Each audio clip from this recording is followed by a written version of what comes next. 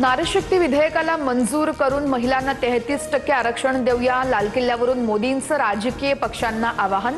महिला आरक्षण विधेयकावरती राजकारण झाल्याची ही खंत व्यक्त.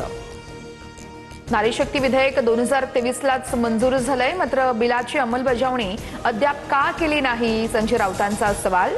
तर विधेयक एकमतानं पारित झाल्याचा सुप्रिया सुळेंचाही दुजोरा.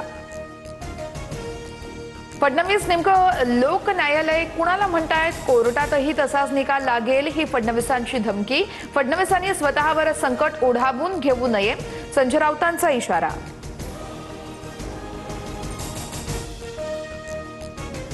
अमित शहा लायक नसलेले गृहमंत्री. शहा अधिवेशन काळात सभागृहाला सामोरं जायला घाबरले.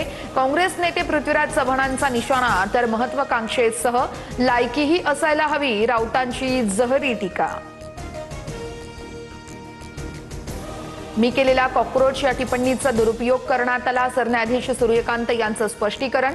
जे बोललो नाही ते माझं वक्तव्य सांगत तरुणांना भ्रमित केलं गेलं, सूर्यकांत यांचं विधान. अभिजित दिपकेंची आजपासून स्कूल ठीक करो मोहीम. दिपकेंकडून हिंगोलीतील स्वतःच्या शाळेतून या अभियानाला सुरुवात. तर शाळांसंदर्भात सूचना आल्या तर स्वागतार्ह, शिक्षण मंत्री दादा भुसेंची प्रतिक्रिया. ठाकरेंचे आमदार कैलास पाटील ऑपरेशन टायगरचा दुसरा भाग. मंत्री प्रताप सरनाईकांचा दावा. तर तुळजापूरमध्ये बसवलेल्या सीसीटीव्हीद्वारे कैलास पाटील यांच्यावर नजर ठेवणार सरनाईकांचा मिश्किल टोला. आदित्य ठाकरे आज चाकण एमआयडीसी मध्ये पाहणी करणार. उद्योगांचे स्थलांतर थांबवण्यासाठी आदित्य ठाकरे उद्योजकांशी संवाद साधणार. आदित्य ठाकरे यांची उद्योजकांसोबत बैठक. तर समस्यांचीही आदित्य ठाकरे माहिती घेणार.